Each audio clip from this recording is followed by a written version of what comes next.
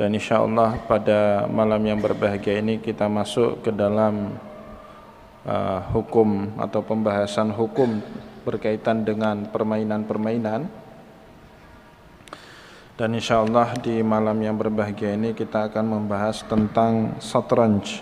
Ya, satranj itu bahasa Arab yang dalam bahasa Indonesia bermakna permainan catur.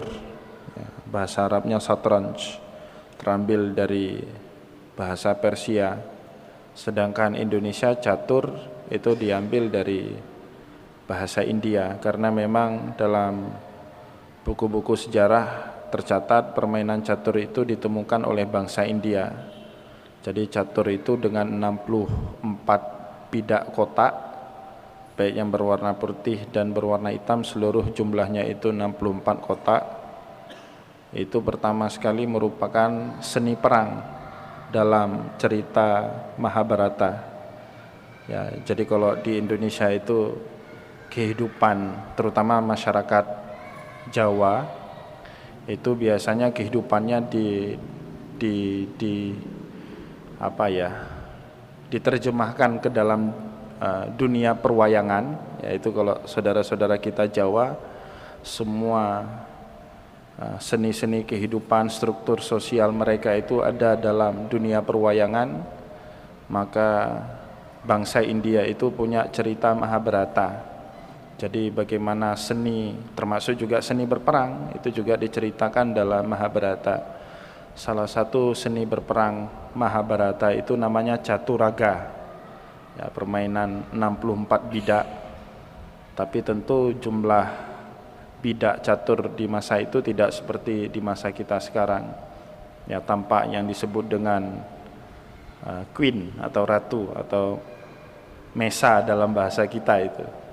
Nanti itu dikembangkan oleh bangsa Persia. Bangsa Persia sendiri kemudian mengambil permainan catur itu dari permainan bangsa India. Jadi bangsa India yang pertama sekali membuat permainan catur, kemudian diserap ke dalam budaya Persia.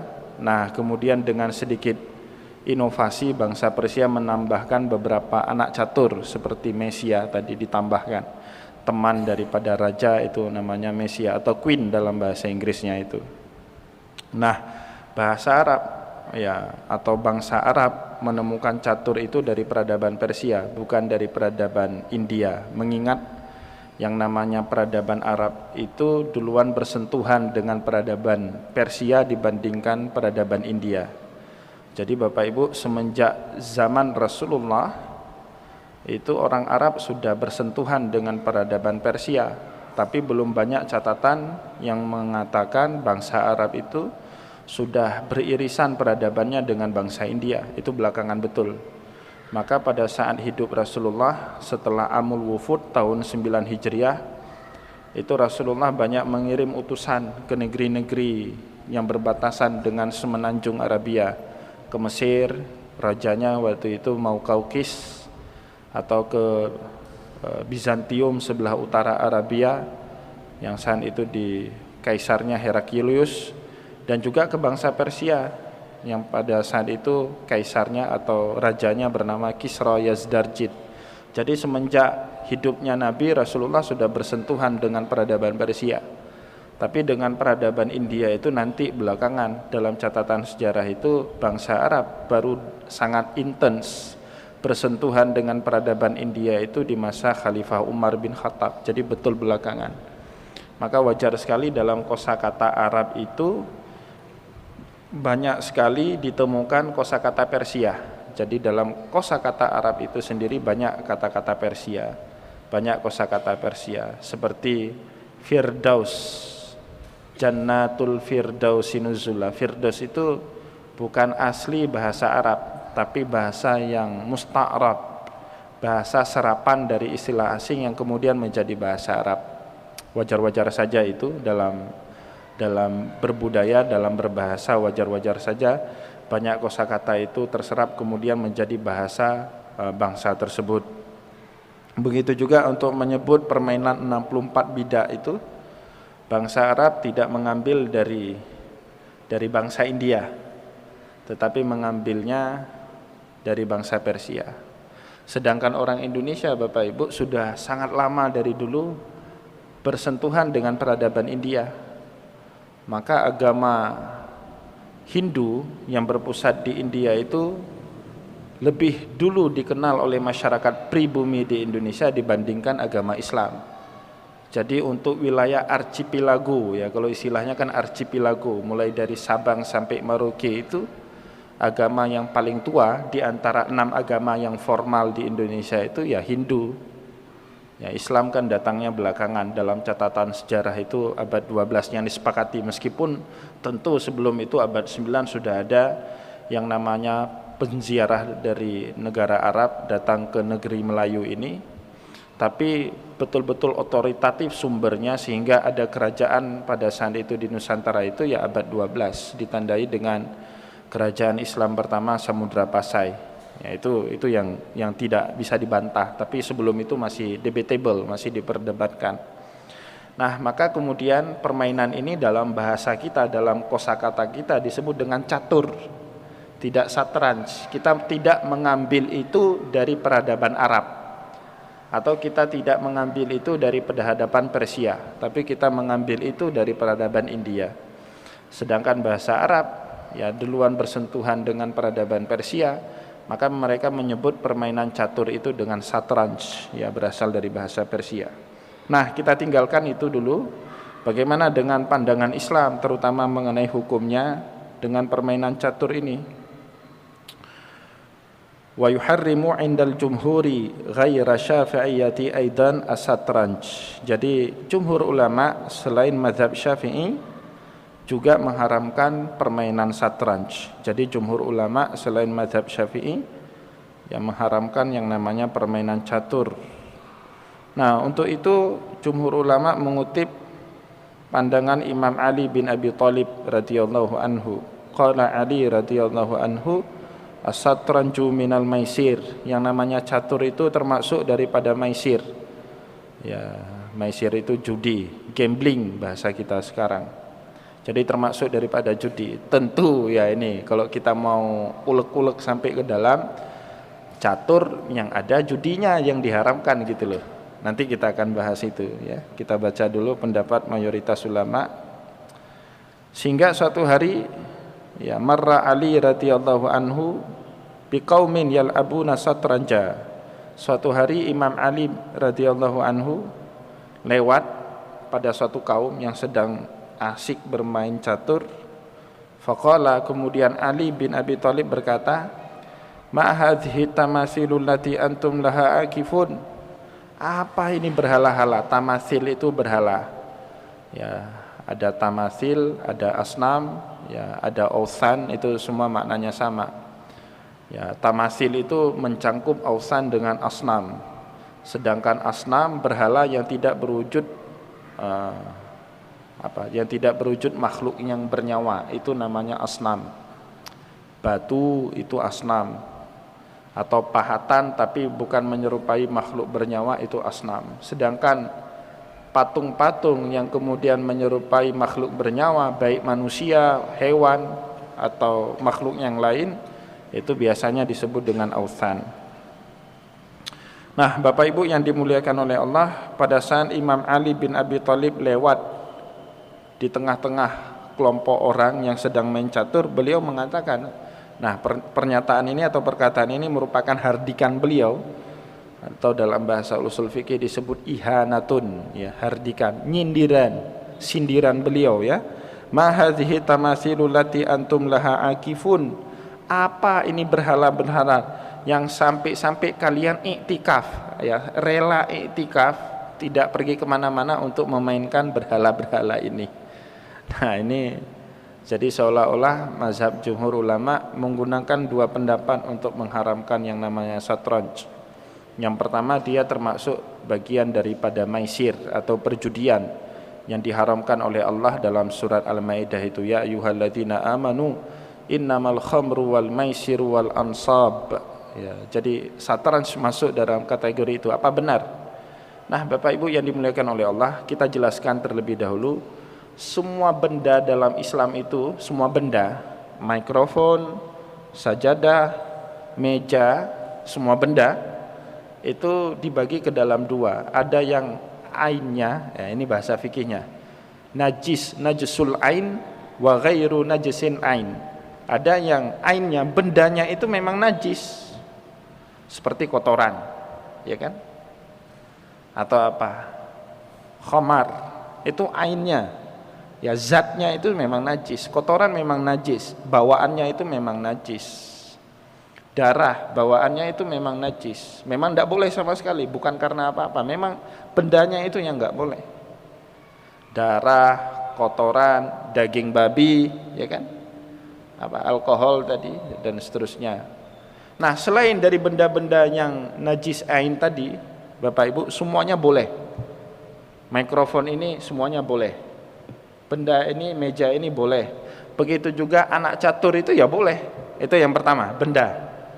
Jadi dalam Islam benda itu harus dilihat dalam kategori pertama, apakah benda itu najis atau tidak.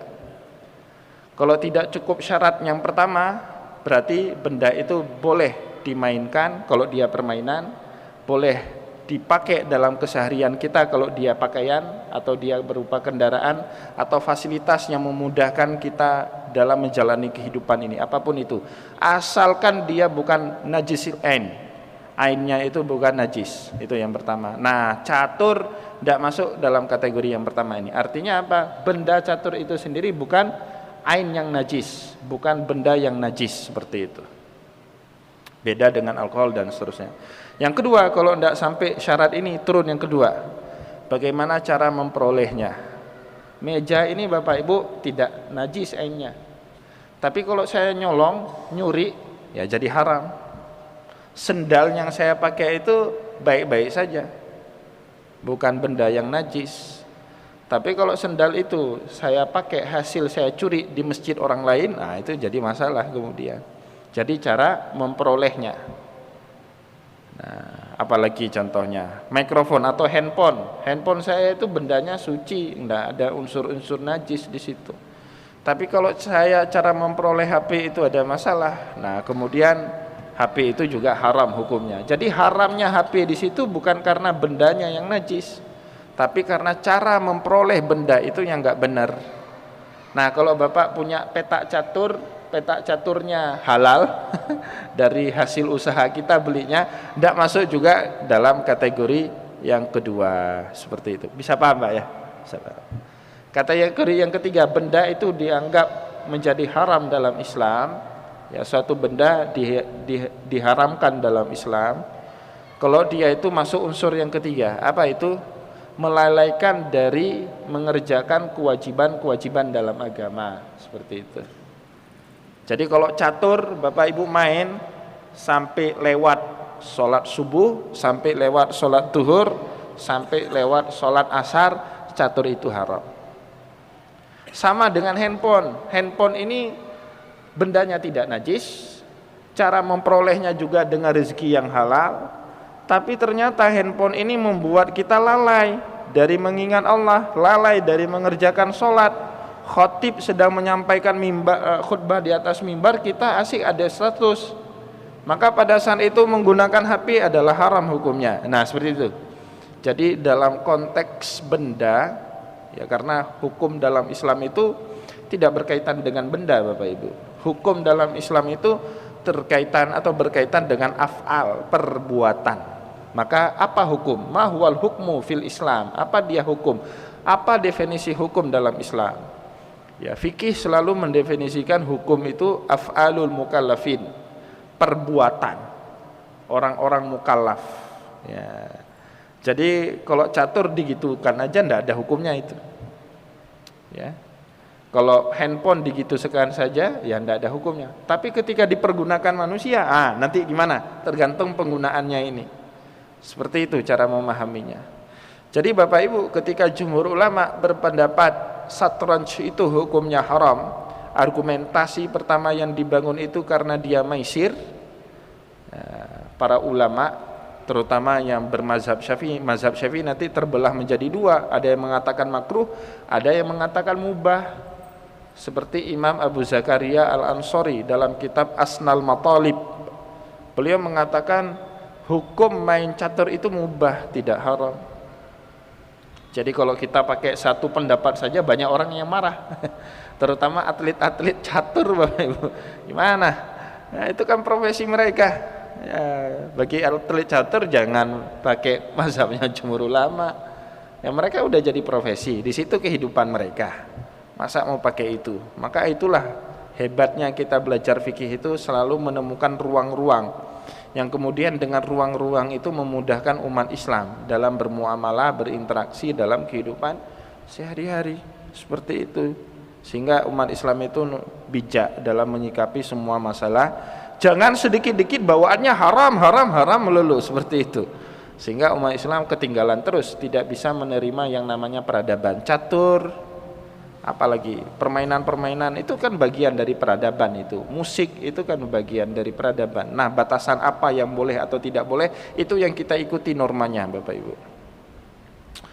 Nah Bapak Ibu kaum muslimin dan muslimat yang dimuliakan oleh Allah, jadi kita ulang sekali lagi, kalau dikatakan catur itu maisir, termasuk maisir sehingga dia harus diharamkan sebagaimana pendapat jumhur ulama, dibantah dengan 3 argumentasi tadi. Yang pertama, catur itu bukan benda yang najis, kategori yang pertama. Kemudian cara memperoleh catur itu jika dengan cara yang halal juga tidak bisa masuk dalam kategori haram. Yang ketiga, kalau kita main catur itu tidak sampai melalaikan kewajiban-kewajiban agama kita, maka hukum catur itu nanti beralih mau jadi mubah, sebagaimana pendapat Abu Zakaria Al-Ansari dalam kitab Asnal Matalib. Bahkan beliau mengatakan gini, wahtujja atau wahtajja bil ibahati la'bi bihi. Dan kemudian para ulama, terutama ulama-ulama yang bermadhab Syafi'i, berhujjah tentang kebolehan memainkan permainan bidak catur itu bi annal asla al ibahah, karena hukum dasar dalam muamalah itu adalah ibahah, mubah. Itu hukum dasar dalam muamalah. Jadi sehingga dalam usul fikih itu terkenal sekali suatu adagium hukum dalam usul fikih, al aslu fil asya al ibahatu illa ma hadarahu syari' atau illa ma hadarahu asyar'u. Jadi hukum dasar dalam mengerjakan muamalah, apa muamalah? Sewa menyewa, jual beli, ya, makan, pakai pakaian, atau mengambil sesuatu menjadi permainan atau hobi kita, itu hukum dasarnya mubah, kecuali kalau ada teks dari Al-Quran atau teks dari hadis yang dengan tegas melarang permainan bidak catur itu. Tapi tidak ada teks dari hadis apalagi Al-Quran yang kemudian mengharamkan dengan tegas permainan catur, maka tidak bisa kita gunakan. Pendapat mayoritas ulama itu kurang tepat digunakan apalagi di zaman kita sekarang. Seperti itu. Jadi al-aslu fil asya al-ibahah. Maka Bapak Ibu kalau kita mau pakai kaidah ini sebenarnya sertifikat halal itu kurang tepat. Istilah pakai sertifikat halal, makanan harus halal, karena ini negara muslim. Masa semua tukang jual sate makanannya harus disertifikat halal sama MUI dulu baru bisa jualan? Tidak seperti itu. Ini kan negara muslim, jadi tidak butuh yang namanya sertifikat halal. Kenapa? Asumsinya segala sesuatu yang dijual oleh muslim itu halal, kecuali kalau memang tegas bertentangan dengan syariat. Nah kalau di negara non muslim penting itu sertifikat halal, itu penting karena banyaknya barang yang beredar di sana yang tidak halal, seperti itu loh.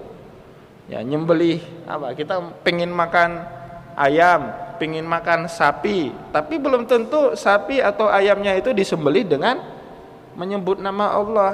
Kena ayat wa ma uhilla li ghairillahi bih, sesuatu yang disembelih tanpa menyebut nama Allah. Ya, jadi untuk menjamin makanan ini disembelih dengan nama Allah butuh sertifikasi halal. Jadi sebenarnya sertifikasi halal itu ranah permainannya bukan di negara mayoritas muslim seperti Indonesia Bapak Ibu, tapi di negara-negara yang mayoritasnya non muslim. Atau bolehlah di Indonesia seperti daerah-daerah yang banyak non muslimnya. Saya pernah kecolongan Bapak Ibu tahun 2019 kemarin ke Bali.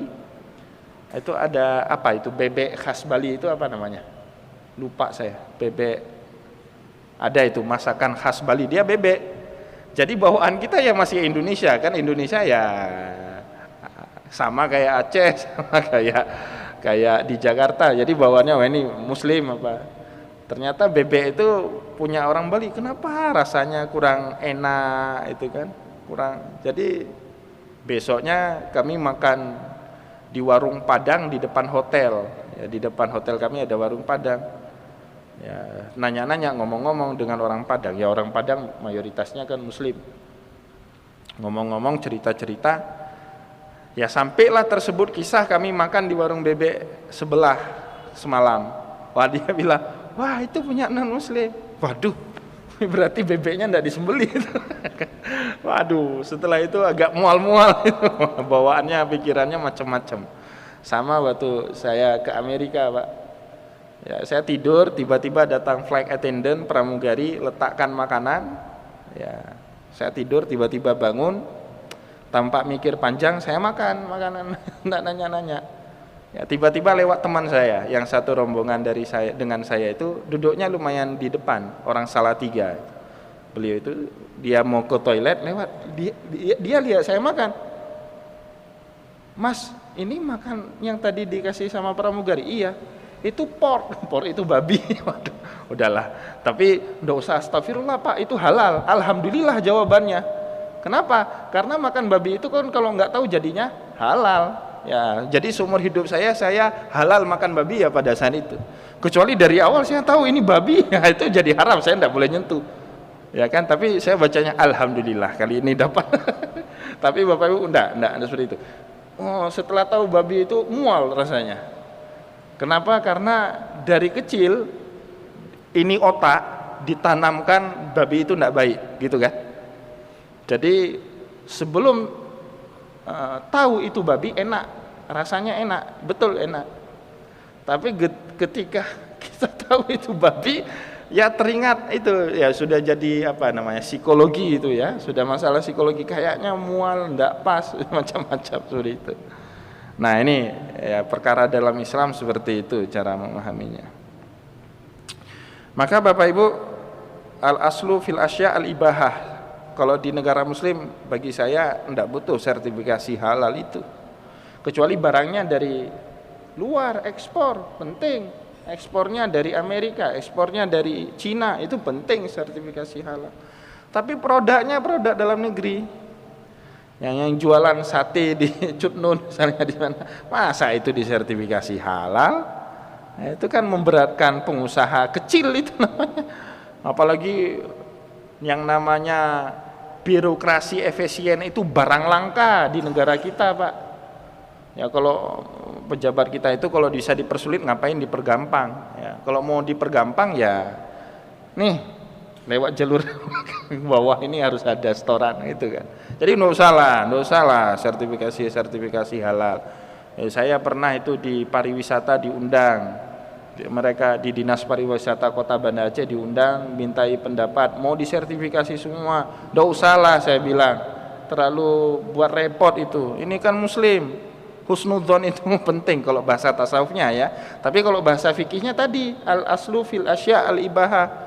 Nggak usah nanti Bapak pergi ke toko jualan baju, ini ada sertifikasi halalnya nggak baju ini? Waduh, berat nih urusannya itu kan. Nggak usah lah, yang gitu-gitu nggak usah. Kita mayoritas muslim kok gitu. Nah sebaliknya, al-aslu fil ibadah haram. Asal dalam hukum ibadah itu haram. Artinya apa? Kita nggak boleh buat inovasi dalam ibadah kecuali yang diajarkan oleh Rasulullah Sallallahu Alaihi Wasallam. Maka dasar pertama kata Imam Abu Zakaria Al-Ansari dalam kitab Asnal Matalib, kebolehan bermain bidak catur itu al-aslu al-ibahah. Dalam muamalah dasarnya adalah ibahah. Yang kedua wafihi tahdidulil hurub. Ya, di dalam permainan bidak catur itu ada strategi bagaimana menjalankan perang, dunia perang. Dan itu betul. Seperti yang saya ceritakan tadi. Ya dalam kebudayaan India itu ada cerita perang Mahabharata. Itu kan perang Armageddon ya, kalau dalam dunia barat itu Armageddon namanya, perang. Hidup ini perang, dilukiskan perang. Kita hidup ini perang karena tabiatnya manusia itu ingin mendominasi yang lain. Yang namanya manusia itu selalu ingin mendominasi manusia yang lain dengan berbagai cara. Dengan ilmu pengetahuan, barat mendominasi kita orang timur, ya kan? Jadi masyarakat atau manusia itu ingin mendominasi yang lain. Seninya salah satunya caturaga itu namanya. Di Cina itu ada strategi perang yang dulu sangat populer, namanya Sun Tzu, panglima perangnya itu. Sehingga dia punya buku terkenal itu The Art of the War. Jadi seni dalam perang. Hidup ini dilukiskan perang. Mulai dari kita bangun tidur sampai kita tidur lagi itu perang. Ya cuman yang nggak menganggap hidup ini perang ya kita Pak, orang Indonesia, sehingga hidupnya nyantai. Ya, karena yang namanya tabiat manusia Pak, ketika dia punya musuh dia waspada. Singapura bisa begitu maju karena negaranya terancam betul itu, negara kecil, tidak punya sumber daya alam, air harus beli dari Johor sehingga masyarakatnya rajin, gitu kan? Kehidupan saya Pak semenjak bulan 3 lalu semenjak pandemi lebih sehat. Kenapa lebih sehat? Dulu ndak pernah seumur hidup sampai ke rumah cuci tangan, ndak pernah seumur hidup cerita seperti itu. Ini baju setelah pengajian buka cuci, ndak pernah dengar cerita itu. Tapi sekarang seperti itu. Karena yang namanya manusia ketika ada ancaman muncul kewaspadaan di dalam dirinya. Ketika ada pandemi pasti kesehatannya lebih meningkat. Buktinya apa? Bapak-bapak ini kan pada rajin goes semua sekarang. Dulu tiap pagi ngopi, tapi sekarang Sabtu Minggu sudah goes. Itu tanda apa? Muncul yang namanya kewaspadaan dalam diri manusia. Ketika ada ancaman pasti manusia waspada seperti itu. Maka negara-negara maju itu ada cerita hidup mereka, apa itu, living story ya. Cerita rakyat mereka itu mengibaratkan hidup itu seperti perang. Nah, catur situ seninya. Jadi coba Bapak Ibu pikir ya, hidup itu kan memang seperti bidak catur Bapak Ibu. Pion kecil dia, tapi dia nggak pernah mundur, jalannya selalu ke depan. Itu kan filosofi berpikir penting itu. Jadi jangan pernah anggap sepele orang, meskipun kecil seperti pion, selalu langkahnya ke depan, pandangannya jauh ke depan, dia tidak bisa mundur. Kalau sudah maju tidak bisa mundur, seperti itu kan. Atau namanya queen, ratu, dia bisa kemana-mana kan. Ratu itu kalau dalam bidak catur dia bisa kemana-mana ya. Sedangkan bishop ya, dalam bahasa Inggris bishop, yang merek itu apa namanya, serong, yang serong itu jalannya serong, itu cendekiawannya itu bishop. Dulu orang barat cendekiawannya itu kan pendeta, uskup ya. Benteng jalannya lurus saja. Jadi benteng jalannya lurus, si serong jalannya menyamping, si ratu jalan kemana-mana, tapi mereka tidak bisa jalan-jalan seperti kuda, bisa loncat. Dalam bahasa Indonesia namanya kuda, dalam bahasa Inggris namanya naik itu bangsawan. Yang mampu melakukan diplomasi, loncat, strategi, itu kaum bangsawan Bapak Ibu. Dulu Bapak Ibu percaya atau tidak percaya, jika Bapak Ibu seorang pemimpin tapi tidak punya kemampuan berkompromi dengan berbagai kepentingan, Bapak itu bukan pemimpin yang baik. Ya, pemimpin Aceh sekarang selalu ribut antara eksekutif dengan legislatif, tidak pernah akur dengan rakyat yang satu akur tapi kelompok yang lain nggak akur. Salah satu penyebabnya kurangnya kemampuan berkompromi dengan berbagai kepentingan. Nah, dalam dunia catur itu dimainkan oleh si kuda tadi. Dia loncat sana, loncat sini, buat diplomasi di sana, buat diplomasi sini, lobby sana, lobby sini. Dalam kehidupan harus ada orang yang seperti itu. Kalau enggak hancur, hana, cok deh. Wow, marah orang itu, kemudian nyerang kita. Mike Tyson Pak, Mike Tyson itu di masa kejayaannya orang yang paling kuat itu. Kalau lawan orang ronde kelima jatuh orang. Tapi coba ketika Bapak Ibu lihat Mike Tyson bertarung, enggak seluruh ronde dia gunakan untuk mukul lawan, kan gitu. Sekali-kali dia rangkul lawannya, kan gitu. Iya kan? Kalau dia udah terdesak dia rangkul lawannya, kan, dia peluk lawannya, kan. Enggak ada yang namanya Mike Tyson itu 12 ronde dia nonjok terus lawannya, 12. Patah tangannya itu. Nanti kalau sudah terdesak dia rangkul lawan. Itu juara dunia kelas berat seperti Mike Tyson pun ketika terpojok dia rangkul lawannya. Lah masyarakat kita sekarang, pejabat kita sekarang naik jabatan, sapu bersih. Pejabat-pejabat lama sapu bersih. Itu menunjukkan apa? Kemampuan berkompromi terhadap kepentingan yang kurang. Ya, filosofi catur itu enggak punya dia. Kenapa? Karena sekarang udah mulai apa? Haram, catur itu haram, enggak mulai. Dulu pemimpin dulu Pak rata-rata pinter main catur. Ya, kemudian seni main catur itu digunakan dalam memimpin. Ya. Saya dicerita oleh banyak orang atau baca buku juga menjadi Jawa. Ya, kenapa pemimpin-pemimpin Indonesia itu sukses? Rata-rata pemimpin Indonesia sukses itu membaca kisah-kisah perwayangan yang ada di dalam dunia wayang. Cerita tentang Pandawa, itu kan kehidupan nyata itu, seperti kehidupan nyata. Pak Harto bisa kuasa 32 tahun karena dia menguasai betul ilmu katuraga itu dalam dunia perwayangan itu. Kalau seperti ini keadaan, jangan orang banyak bicara yang disodorkan jadi menteri, karena makin banyak dia berbicara, makin banyak yang harus Pak Harto bertanggung jawab terhadap omongan juru bicaranya. Maka dari dulu masa Bapak Harto itu berkuasa, menteri keterangan apa itu? Menteri penerangan, orang-orang yang nggak pintar berbicara, Bapak Ibu. Sudarmono, mana pintar bicara? Banyak e-nya itu. 2 menit baru keluar satu kata. Ya kan? Kalau sekarang kan kayaknya juru bicara itu lebih hebat dia daripada pemimpin itu. Juru bicara sekarang. Karena makin banyak statement yang dikeluarkan oleh juru bicara, yang harus bertanggung jawab siapa? Pemimpin. Karena juru bicara ini kan berbicara atas nama pimpinannya. Nah, itu semua ada dalam dunia perwayangan. Tapi sayang peradaban Aceh itu enggak punya dunia perwayangan cerita rakyat seperti itu. Saya capek cari, belum ketemu yang utuh, terpotong-potong dalam hadis majah.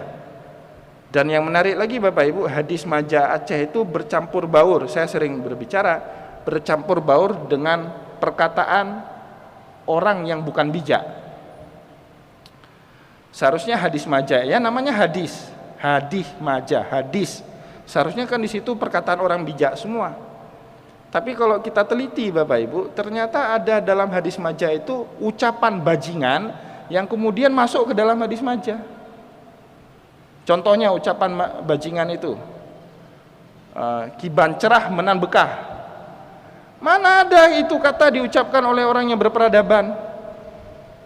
Kalau orang yang berperadaban bukan gitu menyelesaikan masalah, pasti dengan santun, dengan lembut.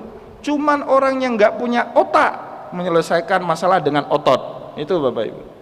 Tapi kan kiban cerah menan bekah itu dijadikan justifikasi oleh intelektual Aceh, oleh ulama Aceh sekarang untuk berceramah kasar karena pembenarannya orang Aceh seperti itu. Padahal kata Snok Hongkronya itu kata-kata orang bajingan Aceh dulu. Ini berarti kan ada masalah dalam tutur budaya kita, Bapak Ibu. Ada tutur budaya kita, ada masalah serius. Nah, ini pengajian seperti ini sekaligus selain belajar agama, kita juga memperbaiki budaya kita Bapak Ibu, supaya punya budaya tinggi sehingga semua masalah yang terjadi di tengah masyarakat kita bisa menyelesaikannya dengan budaya, tidak mesti ke pengadilan. Coba Bapak Ibu lihat krisis kebudayaan di Aceh ini, semua masalah bahkan di kampus pun masalah tidak bisa diselesaikan dengan cara berbudaya. Jangankan Ili ya, Bang Pun kan, Ili sama Lamte rebut perbatasan sekarang. Di sana Atuk Jawa, di tempat nenek saya tinggal itu, Atuk Jawa sama Atuk Jawa sama Bato itu rebut perbatasan juga. Tidak bisa diselesaikan Bapak Ibu.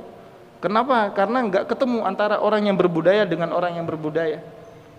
Di kampus sampai sekarang masih terjadi. Kenapa? Nggak ada lagi budaya. Ya, ini kebudayaannya sudah kropos betul itu. Ya, seperti itu. Baik, kita kembali kepada tema kita. Nah, adapun yang kedua, faqala ma hazihi tamasilul lati antum laha akifun. Nah, karena bidak catur itu Bapak Ibu di masa dari dulu sampai sekarang itu kan identik dengan agama kekristenan ya, simbol-simbol Kristen, di atasnya ada palang salib dan seterusnya. Sehingga ada sebagian orang, ini catur kita syariatkan juga. Bagaimana caranya? Si ratu pakai jilbab. Kuda kita ganti dengan onta. Waduh, ini repot ini. Jadi masalah baru. Simbol dalam Islam kalau dijadikan permainan, yang namanya simbol yang penuh dengan nilai suci itu Bapak Ibu jadi rendah. Kenapa? Jadi mainan, jadi alat main. Misalnya ditaruh itulah simbol rajanya siapa? Rajanya pakai bulan bintang di atasnya. Rendah simbol Islam, kenapa? Jadi permainan. Ya kan? Masa mau ada sebagian mewacanakan kita syariatkan bidak catur? Bagaimana caranya? Si Queen, Ratu Mesiah itu pakaikan jilbab. Kemudian raja di atasnya ada palang salib, potong palang salibnya ditaruh bulan sabit. Itu orang yang nggak mikir panjang itu. Simbol ini kalau dijadikan permainan, jatuh harga diri simbol yang kita muliakan, yang kita hormati itu. Nah, biarkan aja dengan simbol yang agak berbau kekristenan itu, tidak menjadi masalah. Tapi Ustadz, itu kan ada lambang salibnya. Gini Bapak Ibu harus belajar makna dari simbol sekali-kali. Tidak seluruh simbol itu masih melekat nilai-nilai kultus pada simbol itu. Ada yang namanya simbol-simbol tertentu, nilai kultusnya itu sudah hilang. Itu yang disebut dengan demitologi. Jadi ada simbol, dulunya simbol itu dikultuskan, tapi lama-kelamaan ketika dijadikan permainan, maka terjadi degradasi nilai pada simbol itu. Saya mau kasih contoh, simbol ITB itu apa Bapak Ibu? Kalau lihat ITB itu kan punya simbol, kampus ITB, Ganesha namanya. Ganesha itu dewanya orang Hindu. Ceritanya dulu Ganesha itu seekor gajah, tinggal di gua. Dia nggak mau berbaur dengan gajah yang lain. Kan yang namanya gajah itu hidupnya berkelompok. Tapi ini gajah tinggal sendiri betapa. Dia menyembah Dewa Krishna. Sehingga suatu hari Dewa Krishna turun dari negeri kayangan, nanya sama gajah ini, gajah, kamu minta anugerah apa dari saya? Kompensasi terhadap kebaktianmu ini. Nah, itu dalam dunia Mahabharata ya ceritanya. Kemudian gajah ini minta, ya Krishna, wahai Krishna, kalau saya nanti hidup, mati hidup lagi, karena agama Hindu itu percaya yang namanya reinkarnasi, kehidupan setelah kematian. Kalau dalam kehidupan pertama kita menjadi orang baik, maka dalam kehidupan berikutnya kita akan lebih baik hidupnya. Kalau sekarang jadi manusia biasa, besok bisa jadi dewa, atau orang yang ekonominya lebih baik dibandingkan kehidupan pertama. Tapi kalau dalam kehidupan pertama kita bajingan, kehidupan kedua nanti bisa jadi kita jadi babi, jadi ayam, ya kan? Dan seterusnya. Itu keyakinan orang Hindu. Maka dengan keyakinan itu Bapak Ibu, di Bali itu termasuk daerah yang angka kriminalitasnya rendah. Kenapa? Karena orang Bali itu takut betul kalau mati, mereka mati dalam keadaan bajingan nanti jadi ayam, jadi sapi yang disembelih umat Islam tiap Idul Adha itu. Jadi tidak mau buat dosa mereka, ya, karena takut. Nah, ini juga gitu Bapak Ibu, Ganesha. Akhirnya dia minta, kalau saya nanti hidup di dunia berikutnya, saya mau jadi putranya Krishna saja. Akhirnya dikabulkan Bapak Ibu, mati si gajah. Kemudian Krishna nikah, dari pernikahan itu lahir anak.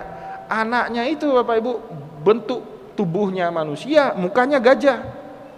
Nah, itu namanya Ganesha, simbol dari kecerdasan. Kenapa Krishna itu terkenal dewa cerdas, kemudian punya anak melebihi kecerdasannya daripada Krishna. Jadi Ganesha itu simbol kecerdasan dalam mitologi orang Hindu. Tapi sekarang Bapak Ibu jadi simbol ITB. Apakah anak-anak kita yang kuliah di ITB itu mengkultuskan Ganesha? Kan enggak, itu namanya demitologi. Nah, umat Islam harus ngerti gini. Jangan dikit-dikit, wah itu simbol bid'ah, khurafat, syirik. Jangan Bapak Ibu. Seperti itu. Jadi ketika ada misalnya alumni ITB, kan dia bangga lah. Alumni ITB itu kan bangga. Kampus bergengsi di Indonesia. Pulang ke Aceh tempel di mobilnya stiker ITB, wah Hindu. Nah, jangan. Kebangetan itu Bapak Ibu, jangan. Itu sudah namanya proses demitologi.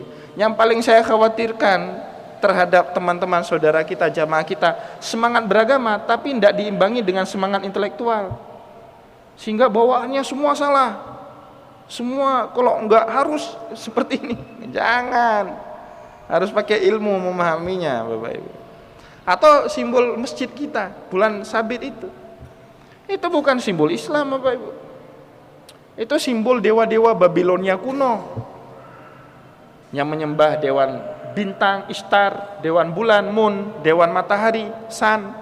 Orang-orang Babilonia kuno itu nyembah Tuhannya 3. Tuhan anak, Ishtar namanya, Tuhan bintang. Tuhan ibu, bulan namanya. Tuhan bapak, matahari. Maka dulu Nabiullah Ibrahim, orang Babilonia, ketika cari Tuhan yang pertama dicari apa? Bintang. Falamma janna alaihi lailu ra'a kaukaba. Lihat malam, lihat bintang. Qala hadza rabbi, ini Tuhan saya. Falamma afala qala la uhibbul afilin. Bintang hilang, dia mengatakan bintang tidak patut jadi Tuhan. Besok falamma ra'al qamara bazighan qala hadza rabbi. Lihat bulan lebih besar daripada bintang, ini adalah Tuhan saya.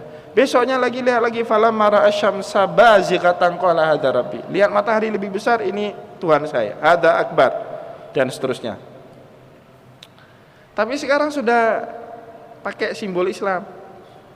Partai Masyumi, simbolnya apa? Bulan bintang.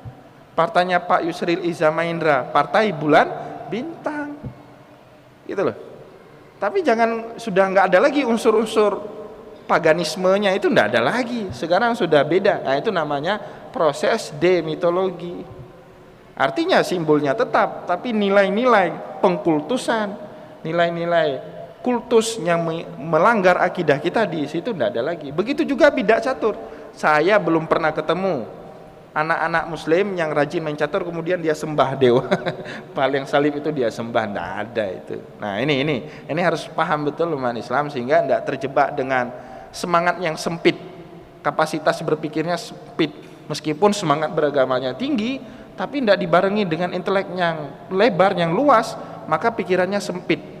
Dia tidak mudah beradaptasi dengan perubahan. Maka orang yang tidak bisa beradaptasi dengan perubahan, orang itu akan digilas dengan perubahan. Semoga ada manfaat yang apa yang kita sampaikan di malam yang berbahagia ini. Saya mohon maaf jika ada kesilapan kata dan kesalahan sikap. Wallahu muwaffiq ila aqwamit thoriq. Wa nasru minallah fatun karim. Wassalamualaikum warahmatullahi wabarakatuh.